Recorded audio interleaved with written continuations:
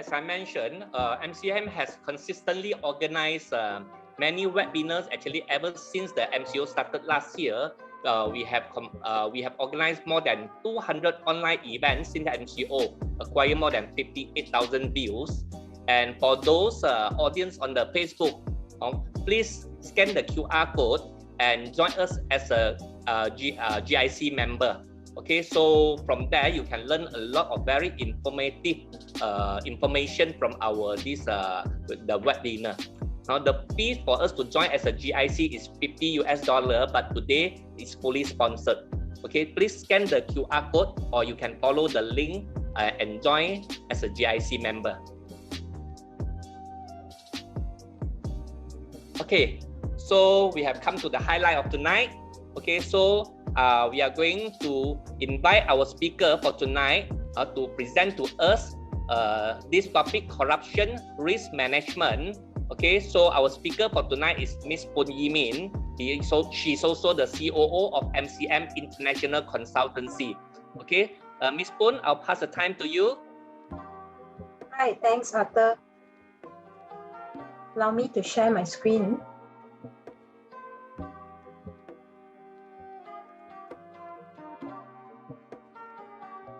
Okay, you guys can see my screen, yeah? So, good evening, everyone. Thank you for joining me. I trust that you have already taken your dinner, and I also trust that you had a good Mid-Autumn Festival celebration with your family and loved one yesterday. So today, I will be sharing with you the topic about corruption risk management. This topic will be a little bit heavy. When we speak about corruption, then people tend to feel fearful, right? So I will try to make it more easy for you to understand about the concept of corruption risk management and why we need to have corruption risk management for every single company, because it will be affecting the company as well as us as an individual. So just to share with you, I am not a legal advisor by profession. I am an accountant by profession. So I'm a certified internal auditor. I'm also a chartered accountant under Malaysia Institute of Accountants, as well as ACCA, and I have obtained ISO lead auditor license as well. Okay, so what I'll be sharing with you today is merely about experience sharing. It does not represent any legal advice at all. Yeah. So let me go straight to the topic, which is corruption risk management. First and foremost, when we talk about corruption risk management, we need to understand what is the definition of corruption, right? So in my agenda for tonight, I will be touching on three key areas. First, I will introduce to you what is MACC, Malaysia Anti-Corruption Commission Act 2009, about Section 17, capital A. This is about what, right? The introduction of MACC Act. And also I will be sharing with you the adequate procedure that is issued by MACC to defend the commercial organization. So when they come up with a new act, definitely they will issue some guideline to share with you how can you actually defend or protect yourself. Lastly, I will also be sharing with you how can MCM International assist your company to enhance the company ethical framework. Okay, now let's move on to the first topic. Let's understand a little bit about corruption. What is the definition of corruption? So I will be sharing with you in terms of International Monetary Fund, IMF, how they define corruption.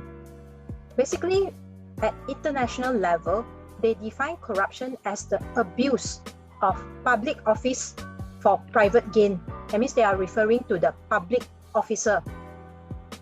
How they give or receive bribe for their private gain, right? And of course, under this definition, corruption occurs when there's an interface between private and public sector. But as you can see from the below chart over here, our MACC, Malaysian Anti-Corruption Commission, you know, Malaysia boleh, right? So we extend the definition of corruption to include the action by private entities. For international level, they only consider as corruption when there's involvement of public officer.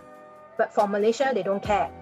Some as long as there's some form of transaction between two parties, that two parties can be public and private sector, public and public, or private and private.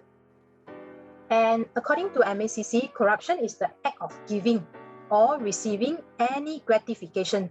They use the word of gratification because gratification is a very wide definition. It does not only consider monetary value, it also consider like position, property, promises, which I will be sharing with you later on. So, and also any sort of reward in the form of cash or in kind. That's what I'm referring to just now, in kind, of high value for performing a task in relation to his or her job description. So I hope you have a better understanding now. Corruption at international level, how do they define it? And at Malaysia, how do we define it? But this sounds really technical, right? So let me share with you what is corruption in a layman term. So basically, corruption, we are referring to, of course, money, right? If you are giving or you're receiving any form of money is considered as corruption. Wage means your salary. Reward, or even vote. I'm sure all of you are very familiar with this number 4, item number 4. That means you are giving out some form of in kind in the hope of receiving vote from the voter, right? Bonus, position. What do I mean by position? It's like, for example, you are a CEO of a company, and then recently your son graduated from university, right? And then you would like your son to maybe experience internship program at your customer company. So maybe you can offer that customer saying that, okay, if you offer a position of intern to my son, then I will give you certain discount.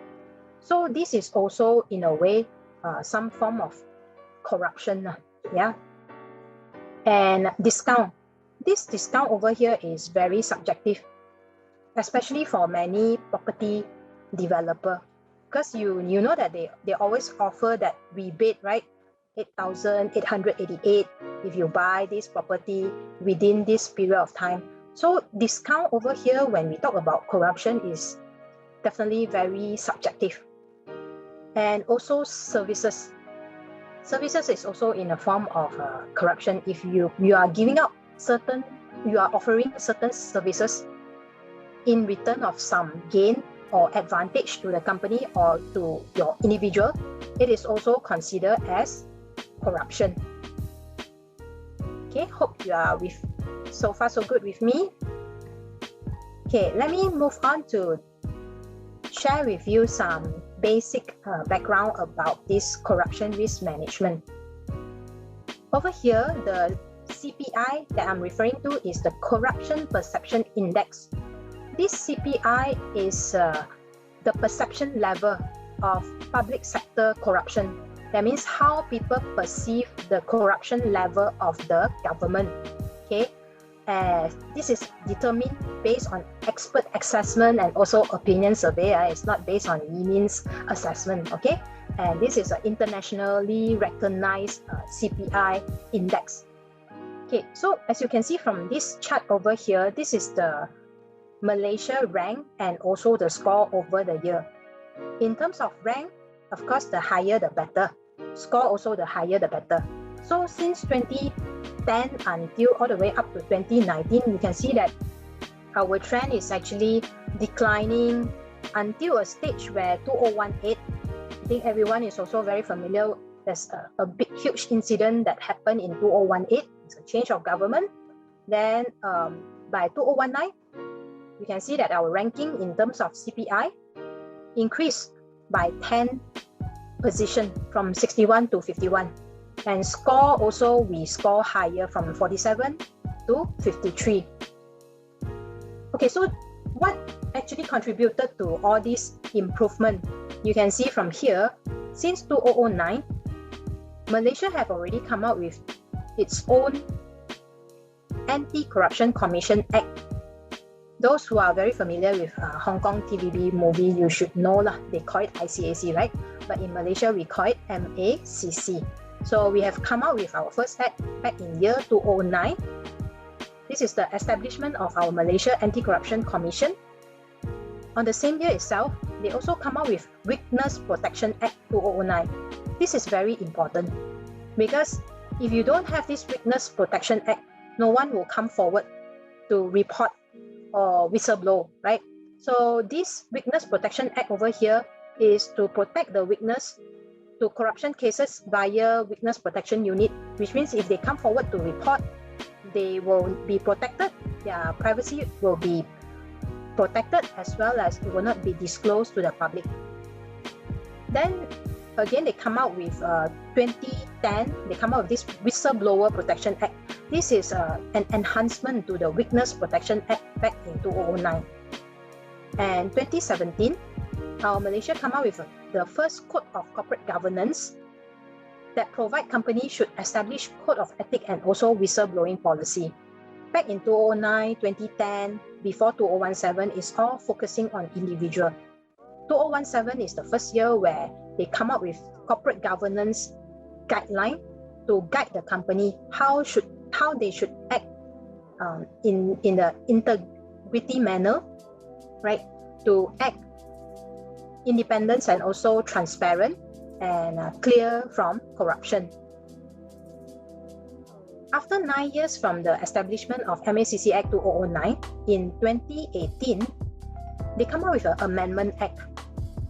And what is the key changes in terms of this Amendment Act is that they introduce something called corporate liability.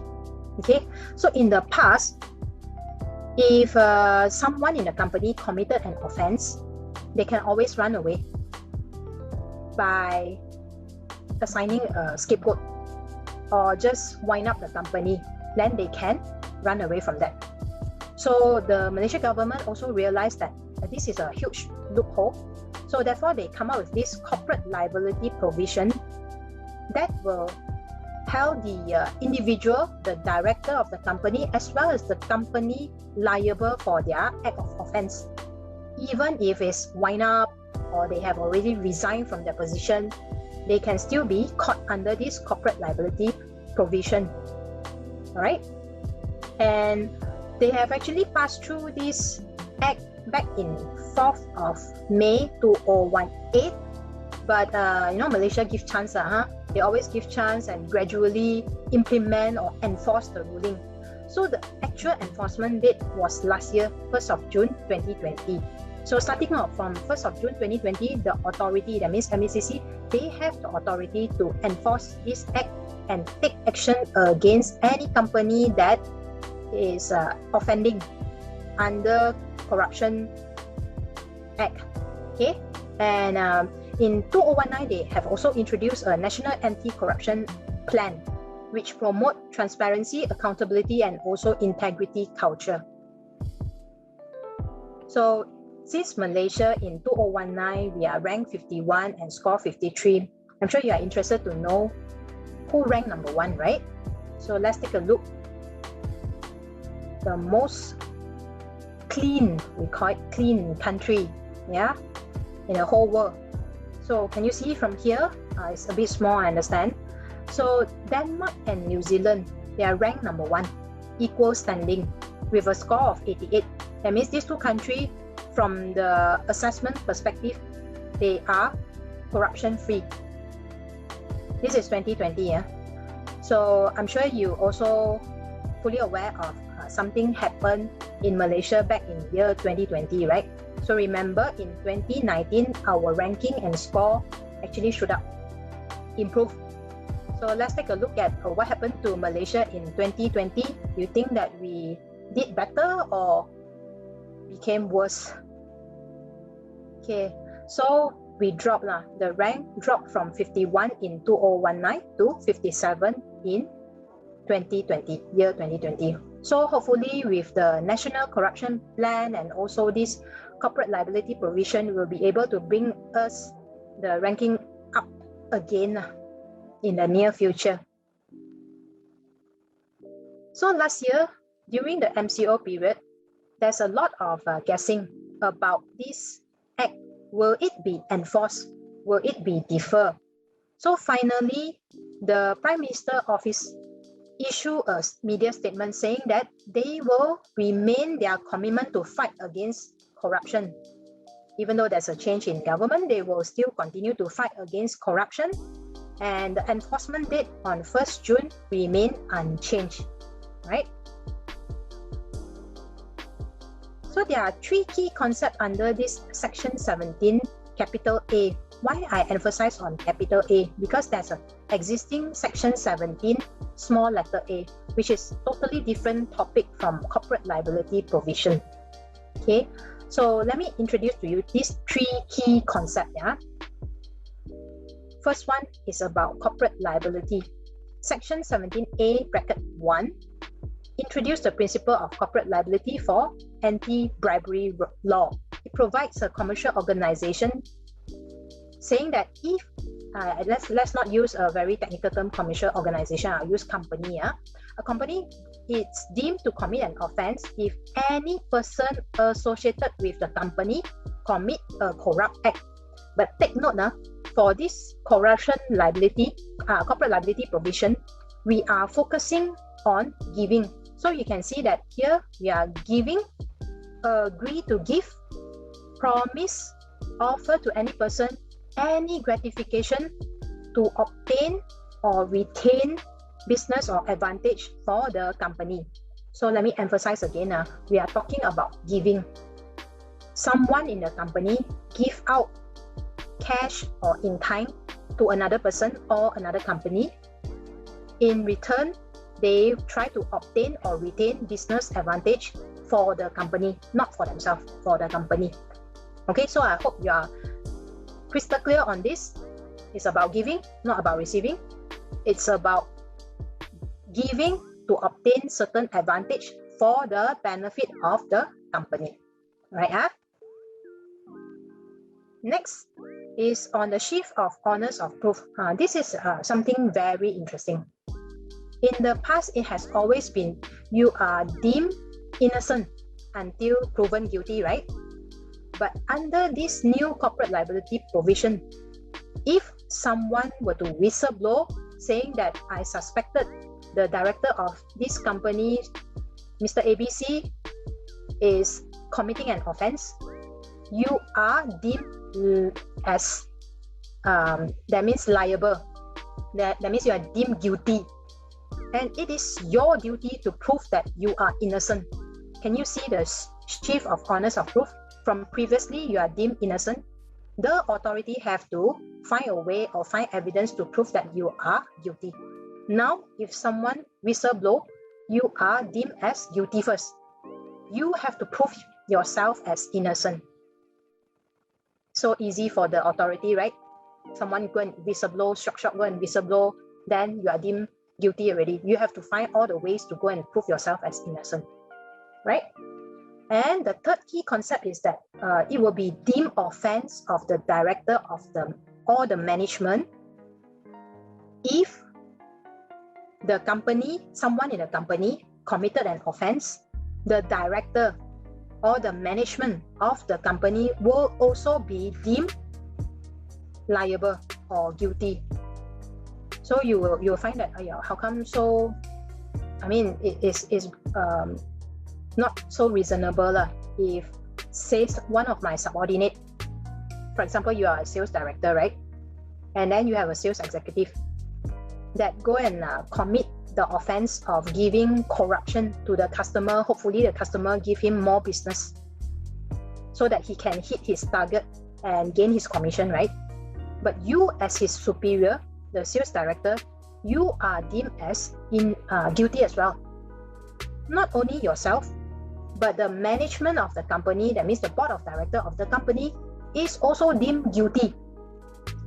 As well as the company, if your company is ABC Sdn Bhd, ABC Sdn Bhd is also deemed guilty.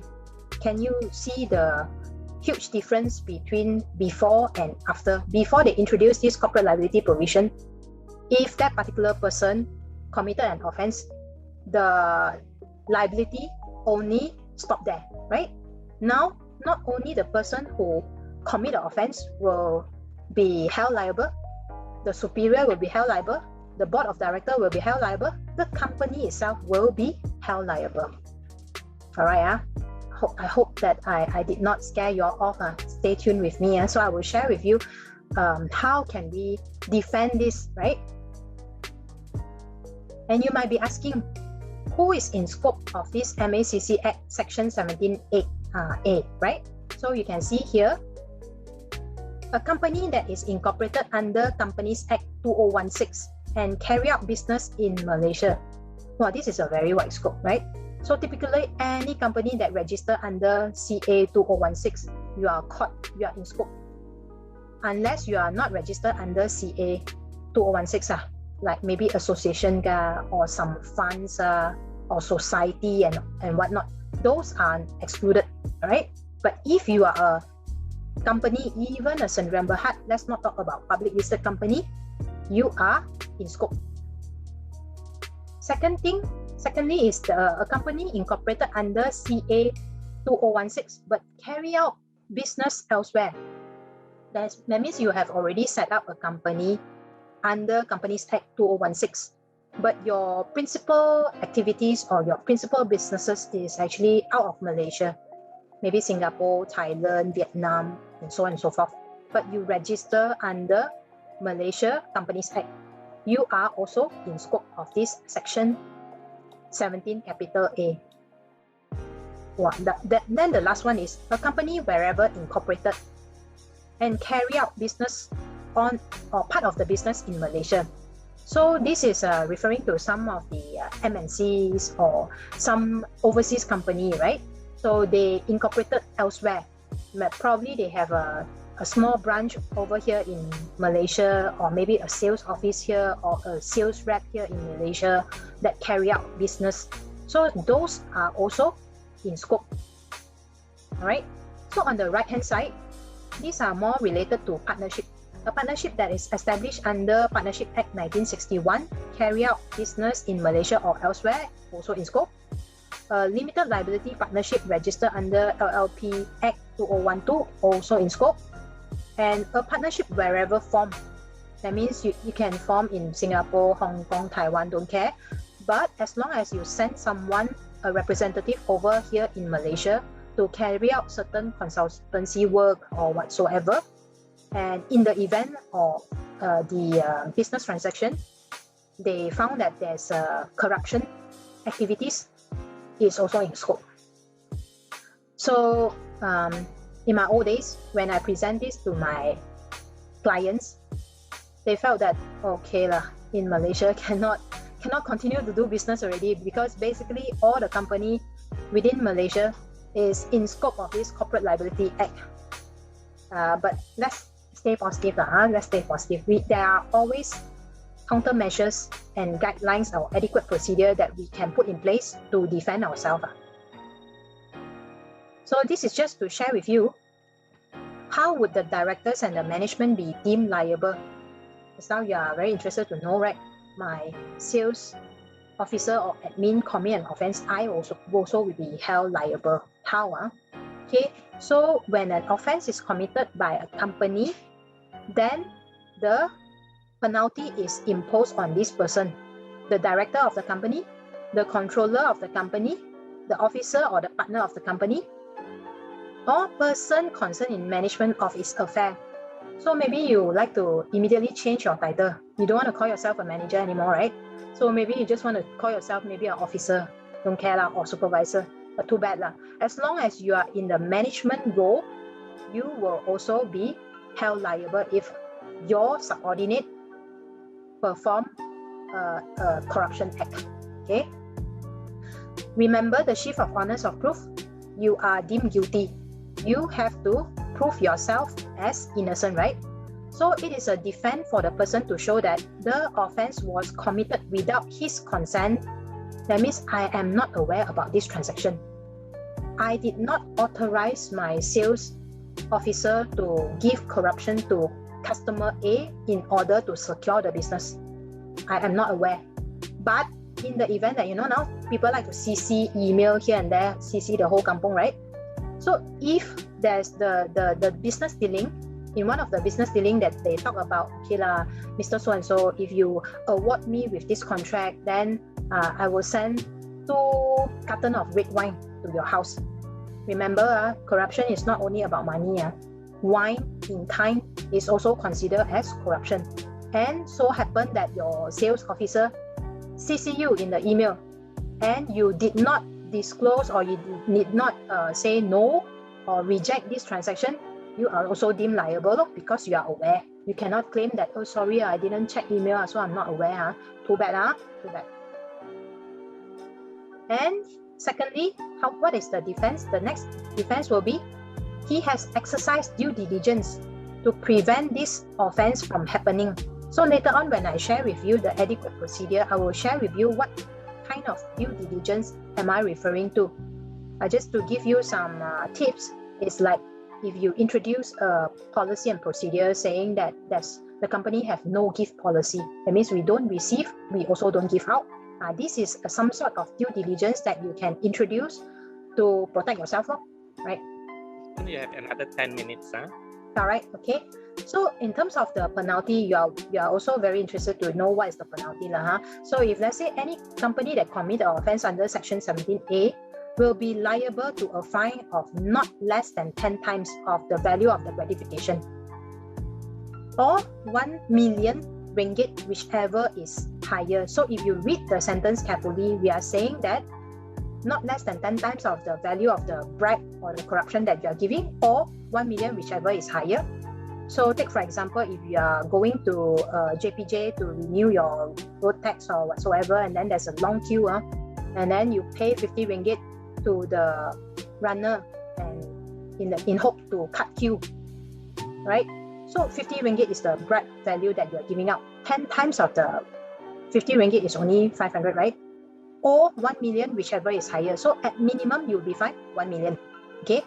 But also take note that corporate liability provision is to the advantage of the company. So if you are going to JPJ to renew the road tax of your personal car, no issue, you will be fined under another section, which the fine is not so high, okay?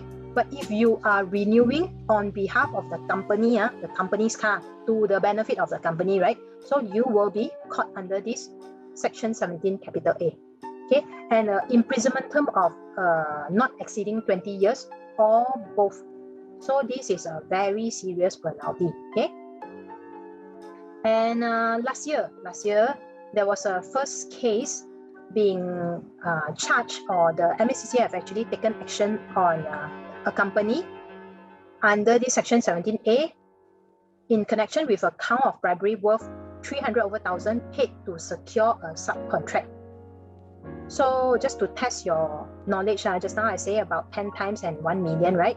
So this is 300,000 is the value of the gratification. If 10 times is 3 million, right? So compared to 1 million, whichever is higher, if this case is found guilty, then the company will have to pay 3 million.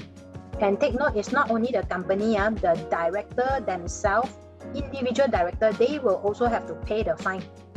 And I understand from the market, currently there's no insurance company there to insure this kind of insurance. Even the directors and D&O, you always have D&O liabilities or insurance in your company, right? Because this is considered criminal offense, so it will not be insured, okay? And there are other offenses set out under MACC Act. Just now I talked about Section 17A only, right? We have Section 16. So offense of accepting gratification. This is when you receive, where, for example, you are a purchasing manager and then your supplier like to offer you hamper lah, or maybe mooncake lah, yesterday mooncake lah, right? So they offer you mooncake lah, mandarin oranges or hamper and whatsoever. So if you are found guilty, you'll be charged under Section 16. Then and so on and so forth lah. And one thing that I would like to highlight to your attention is Section 25. Probably you say that if I don't involve in any corruption transaction, then this is none of my business. But you also have the duty to report under Section 25. If you notice, maybe you are a accounts officer of a company, and then your directors keep asking you to reimburse some receipt with no clear description or no clear reason one, and then you suspected that there's corruption activities and you fail to report, then you'll be caught under this section 25, the duty to report a bribery transaction, right? So the penalty is not so strong. It's only 2 years imprisonment and not more than 10,000 fine lah, but it's serious enough already lah. You do not want to be caught in this situation. Okay, now let's talk about the offense or the defense. How can we defend ourselves? So it's very easy to remember. It's called trust principle, TRUST, trust principle. The first T stands for top level commitment, R stands for risk assessment, U stands for undertake control measures, S for systematic review, monitoring and enforcement, and T for training and communication. So that's where MACC actually issue a guideline, and also MCM International Consultancy can actually assist to enhance the ethical framework of the company. So let's take a look at the first T, the top level commitment. Under MACC Act guideline, they are saying that under this top level commitment, you are supposed to practice highest level of integrity and ethics, and you need to give assurance to internal and external shareholder on regulatory compliance. So what are some of the key activities that MCM can actually assist to enhance the ethical value, or if you have an internal legal compliance team, you can also ask the legal compliance team to look out for this. Take a look at your current business code of conduct. Did it cover corruption risk assessment as well? It shall be reviewed and enhanced. And do you have an anti-corruption compliance framework where you have a clear policy and objective to address corruption risks? And you must identify one competent person or a committee to oversee this compliance from time to time. If you already have a policy in place, that means you have a code of conduct. You are saying that no gift policy lah. In terms of entertainment, you are only allowed to entertain up to 300 with certain approval from your approval matrix and whatnot. You need to have someone to go and monitor that this control is in place.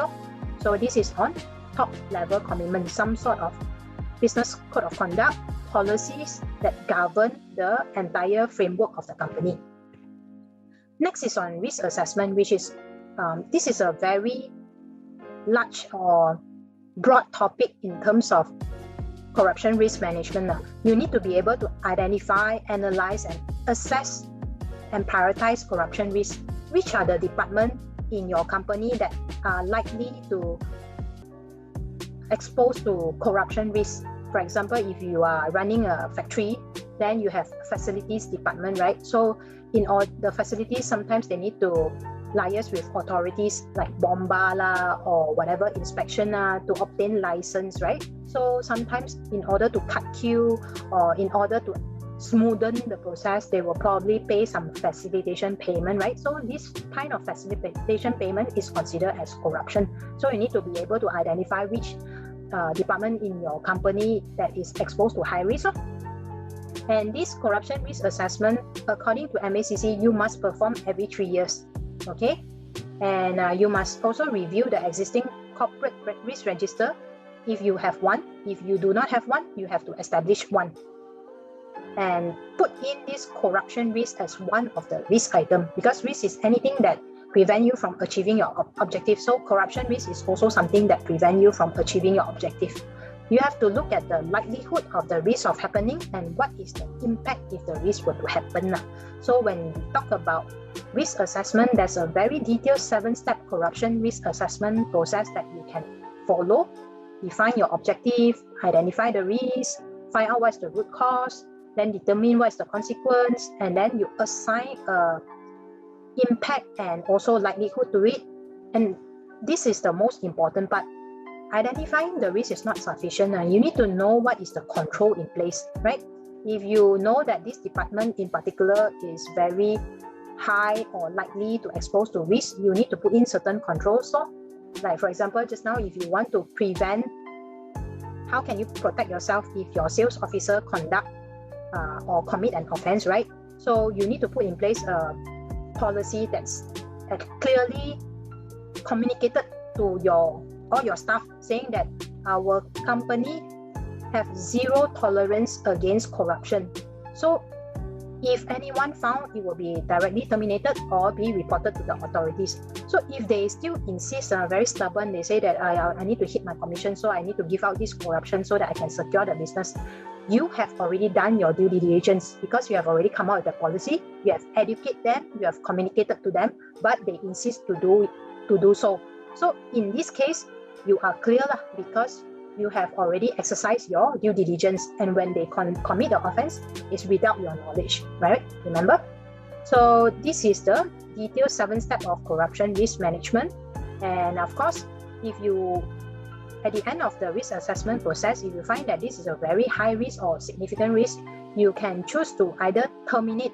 That means if currently you have a practice of giving out hampers or oranges or mooncake to your customer, your suppliers, your close contact so-called, then you find that this is very likely to be abused by your employees. Then if you want to terminate it, then starting from next year onward, no more.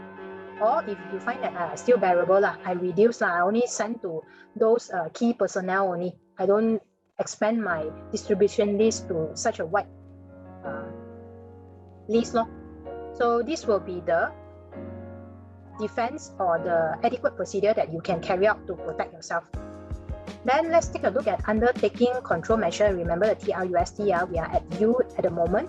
So you need to perform some sort of due diligence prior to formalizing the relationship with the entities or personnel. Like before you qualify the supplier or the customer, you need to do some background check. You need to understand that are they involved in any corruption transaction before, you need to assess the background of the director before you accept them.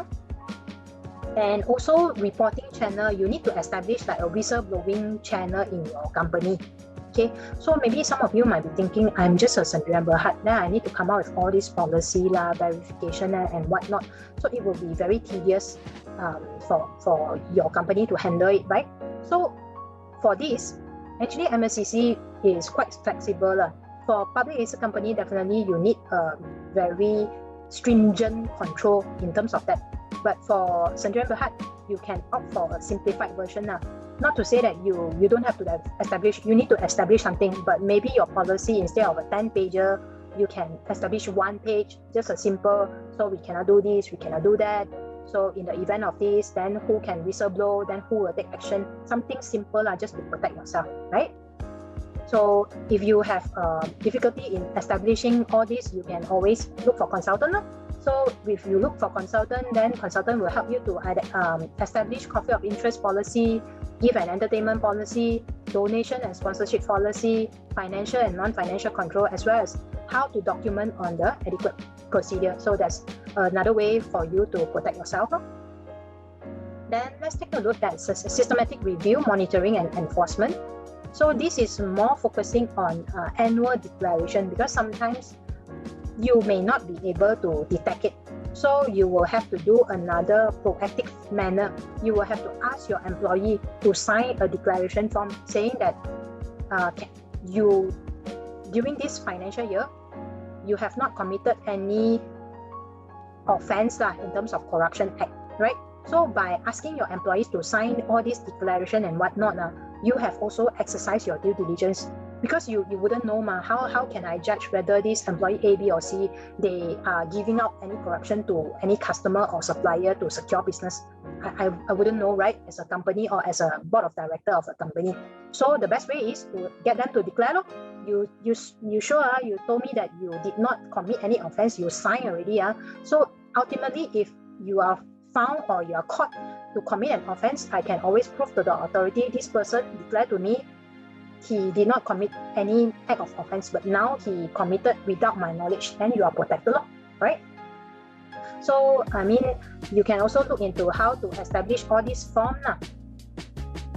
And also, very important is not only monitoring and about the act of your employees, you also need to enforce lah. For example, if you have a disciplinary action in your employee handbook that says that if you are found to conduct this kind of activity, then you will be terminated or we will report you to the authority. So you have to clearly state in your company's disciplinary actions procedures. Last but not least is on training and communication. Maybe you have already established a very perfect policy and procedure, right? All this form and whatnot, but you have not trained or communicated all this policy and procedure to your employees. Then the employees can always come back and tell, I am not sure what my company have this kind of policy. I don't know. I don't know that I cannot do this kind of things.